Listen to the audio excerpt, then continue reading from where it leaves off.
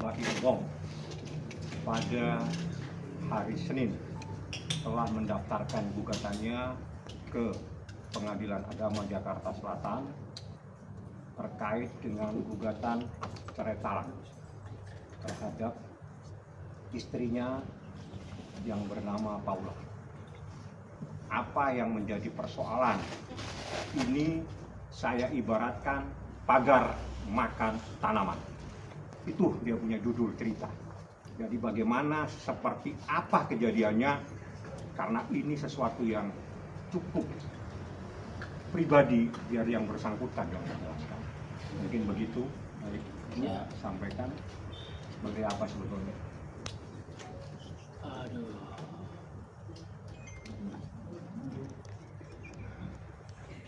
Saya sebenarnya nggak nyangka ya ada di momen ini.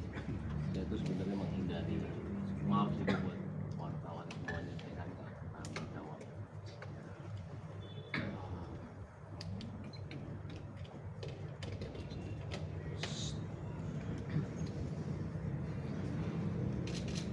Sebenarnya posisi saya itu sudah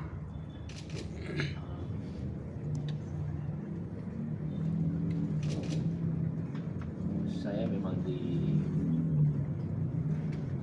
bisa dibilang dikhianati sama dua orang terdekat saya, dari pihak perempuan sama laki-laki dia. Yang laki-lakinya itu adalah teman baik saya sendiri.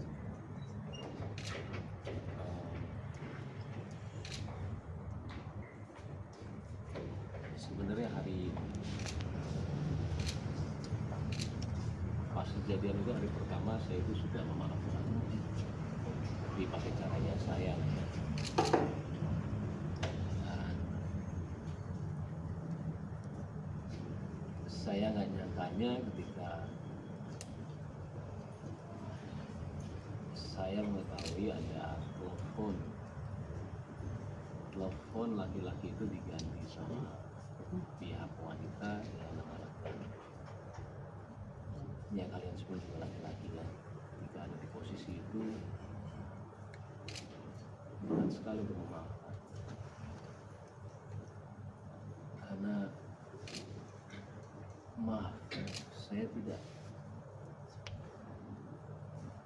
tahu mereka itu ngapain.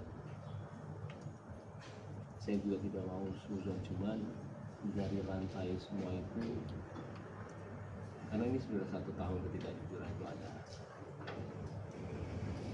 Saya sendiri juga kadang-kadang suka nggak percaya, jangankan kalian, saya nggak percaya apa yang terjadi sama saya. Karena saya selama ini cuma menahan semuanya selama 1 tahun. Saya karena anak saya.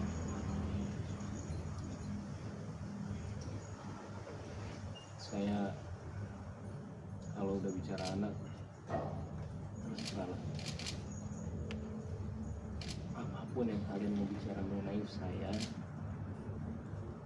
nggak ada masalah sama sekali. Saya tahan semuanya selama berita itu ada ya. Mau saya dibilang ini, mau saya dibilang beda-beda dia sama orang lain. Mau apapun itu saya nggak apa-apa. Saya cuma mikirin anak saya doang. Saya nggak mau mereka itu tahu masalah ini. Cuma sama kesini itu semua ketidakjujuran itu ada terus, dan tambah saya kayak nggak ini sendiri ya, maksudnya nggak percaya. Saya mau menyelesaikan secara baik-baik, cuma nggak bisa.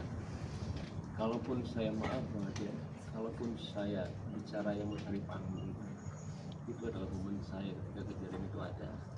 Saya kasih tahu aja sama kalian semua, saya mungkin dipuja-puja sama semua orang, apalagi kalian ada yang bilang juga kalau saya tidak setuju kalau dia itu pakai hijab. Malah saya mau dia pakai hijab.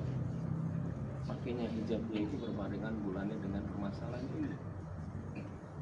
itu juga cuma berdoa mudah-mudahan dapat hidayah, mudah-mudahan dikasih jalan yang benar, itu aja. Saya enggak mau ada dendam sama dia sebenarnya.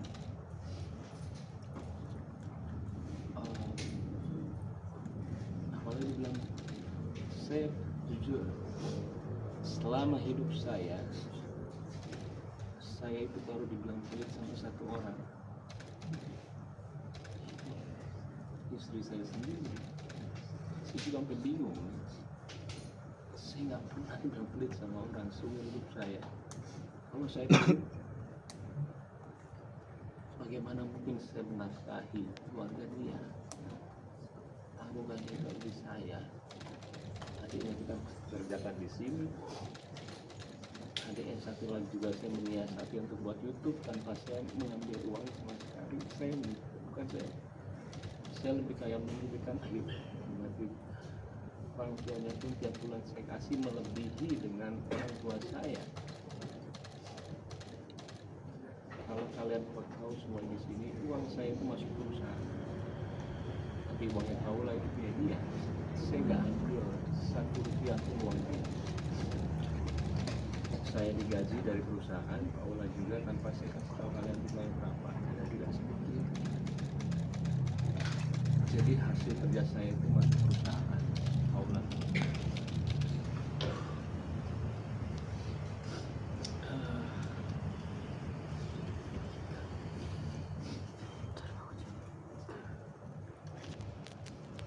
Dan sebenarnya saya juga bingung ketika pembicaraan maaf harta gono gini itu ada sebelum kita bercerai. Itu kadang saya juga menanyakan, buat apa membicarakan harta gono gini? Karena kita belum cerai. Saya itu nggak pernah ngecek handphone istri saya karena saya sangat percaya sama dia. Sekalipun saya nggak pernah. Ketika ada berita itu ada yang datangnya dari asisten pribadinya, saya nggak ngecek ya, maaf. Jadi kasih lihat saya. Terus saya mau ngomong apa? Saya nggak akan jabarin di sini semuanya. Saya ke keluarga saya tanya harus gimana, ini begini. Mereka bilang selesaikan. Dan juga saya nanya sama ayah saya, satu kunci kehidupan saya dalam kehidupan, saya selalu menanyakan orang tua saya, putusan dia dalam putusan saya. Oh, saya bilang, ayah saya bilang selesai. Mau bukti apa lagi, Pak? Akhirnya saya katakan ke dia, jadi kalau bilang ini semuanya tiba-tiba, enggak. Saya waktu itu udah buat juga, tapi bukan masalah ini ya, lebih masalah sifat. Saya datang ke orang tua dia dan saya udah bilang kalau saya itu sudah tidak bisa. Tapi akhirnya saya coba lagi, saya bilang sama dia terakhir.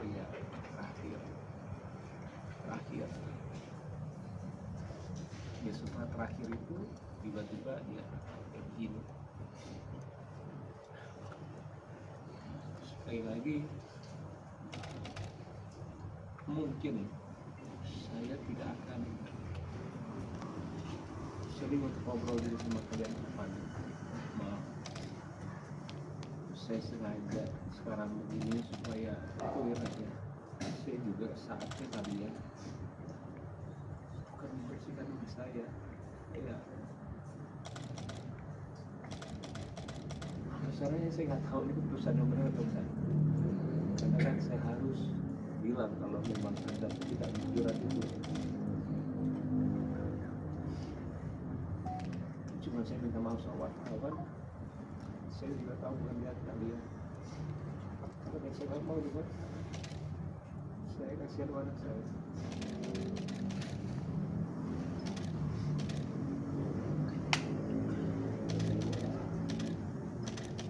Ya, jadi pada intinya itu apa yang dikatakan Mbak Emil itu berjalan sudah hampir setahun yang lalu.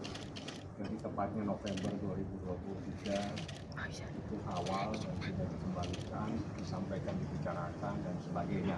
Materinya tidak perlu saya sampaikan, yang penting bahwa di sini ada problem yang luar biasa sehingga seorang suami mengambil sikap mengajukan permohonan cerai taraf di pengadilan agama. Saya pikir intisarinya seperti itu. Permohonannya ada 26 item alasan-alasan yang disampaikan oleh Muhammad Ibrahim alias Mbak Imo, seperti itu saya katakan. Ya, paling itu aja ya. Saya mungkin juga mau pertanyaan maaf karena akan kemana-mana lagi nanti. Saya juga tidak benci dengan semua orang yang sudah bilang sama saya apapun itu, even teman baik saya sendiri. Karena cerita dia adalah cerita dia. Tapi cerita saya, insya Allah saya bisa mempertanggungjawabkan semua. Dan saya yakin apapun yang terjadi ke depannya, saya sama pengacara saya sudah siap apa yang terjadi. Ya, paling itu aja, punten banget, saya nggak akan ada pertanyaan. Saya tahu kemana-mana, saya harus maaf buat semua. Ya. Udah itu aja sih. Bang, tapi masih tinggal satu rumah nggak bang? Nggak ada bisa. Sudah bisa rumah? Gimana bang? Anak-anak seperti apa? Sebenarnya kalian tinggal lihat anak-anaknya. Saya itu orangnya tidak pernah berpura-pura dalam apapun ya. Nggak pernah sama sekali. Jadi tinggal lihat anaknya aja. Kalau saya kan kalau bicara sekarang gini takutnya nanti rame lagi, apalagi dibuat apa, makanya saya takut. Makanya anak sering dibawa kerja segala macam. Iya, oh ada satu lagi waktu kemarin ada rame umroh nggak bilang. Iya. Saya tuh kadang-kadang menurut saya itu udah mau ngomong cuma saya takut salah. Cuma saya juga bukan saya orang yang tidak mau dibilang klarifikasi. Ada kocetnya sebelumnya bilang, maka dari itu gua nggak bilang gua umroh ke laki-laki yang kemarin. Kalau yang kemarinnya buat saya ketika dia bilang aku mau umroh ya, dan itu paling 5 hari atau 7 hari sebelum minta izin itu adalah boleh nggak kalau misalkan aku umroh. Masih saya bilang dan waktu itu juga saya posisinya itu lagi mau roadshow untuk Lembayu, makanya sekalian lihat saya selalu bawa anak kemana-mana. Untungnya saya itu menikmati setiap detik yang saya sama anak. Cuman berat nggak? Berat lah.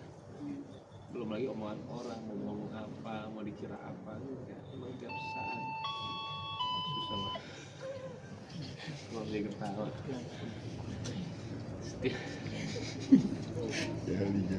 ganggu aja.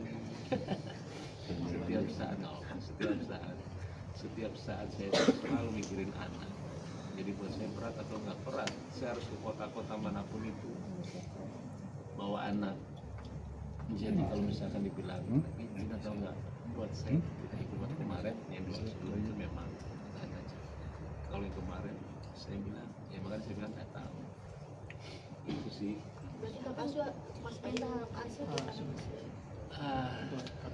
Saya pengacara saya aja. kepada Pak Kak Aswa. Kalau permohonan hak asuh kita sudah ajukan, itu merupakan salah satu petitum permohonan yang kita sampaikan di dalam permohonan kami. Alasannya ada 26 item persoalan yang kami sampaikan secara mendetail, dan permohonannya adalah juga terkait dengan hadonah anak yang di bawah umur dengan persoalan-persoalan yang kita sampaikan. Ini bukan hal yang mudah diambil keputusan, cukup berat, tapi ini yang terbaik dan harus dilakukan di saat sekian tahun harus mengalami penderitaan yang luar biasa.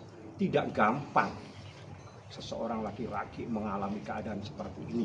1 tahun bukan waktu yang cepat.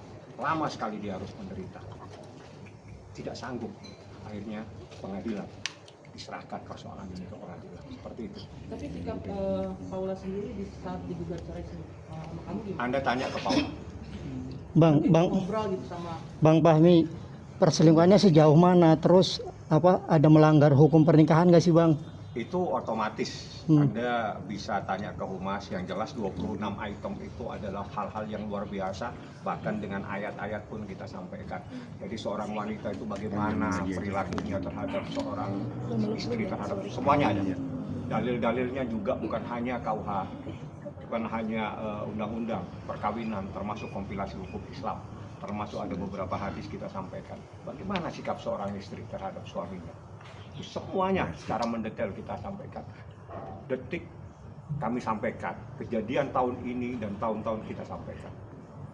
Seperti itu. Ini hal yang berat. Mas Tapi Baim. ini Bang yang Baim. harus Mas kita Main lakukan. mungkin ada kaitannya dengan postingan Kak Baim yang dulu di Junior. Jangan ganggu istri orang, itu ada kaitannya dengan hari ini. Jujur, Iya, jujur aja Bang. Jujur lebih baik Mas.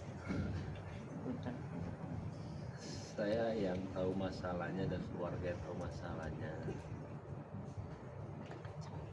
Kadang-kadang suka sakit hati melihat postingannya. Sakit hatinya tuh kok begini ya. Akhirnya kita mungkin ada rasa kayak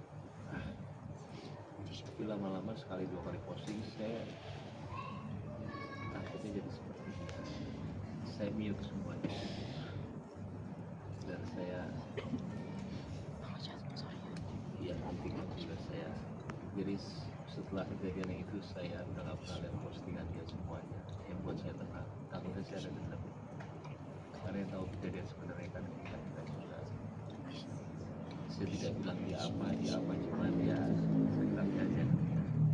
ada Kak permohonan Baim maaf mungkin dari teman ada dekatnya Kak permohonan maaf Baim dari itu laki-laki dari nggak Mas? Atau sama dari Paula juga? dari artis atau pengusaha atau apa Kak? Mungkin lebih jauh. Ada permohonan maaf nggak dari mereka? Laki-laki itu nggak pernah datang ke sini lagi setelah itu. Pembelaannya apa Bang Paula ketika ketahuan? Tanya mau lagi. Kalau dari laki-laki Nggak Ada permohonan maaf. Tanya ke Paula, tanya siapa dia, tanya yang bersangkutan. Biar kita tidak menimbulkan fitnah, karena kalau ditanyakan ke Baim fitnah nanti jadinya. Jangan. Jadi biar dia menjawab apa yang dia tahu, apa yang dialami, bagaimana seorang seorang laki-laki 1 tahun menderita diam saja tanpa melakukan perlawanan apa-apa. Dan ini begitu melakukan perlawanan pengadilan yang diajukan, langsung diajukan ke pengadilan. Inilah Muhammad Ibrahim alias Baim. berapa kesempatan Mas untuk Baim kan tadi bilang ini berapa kesempatan Kak Baim seperti apa nanti Saya nggak enak. banyak kejadian, cuma kita ambil yang intisarinya saja.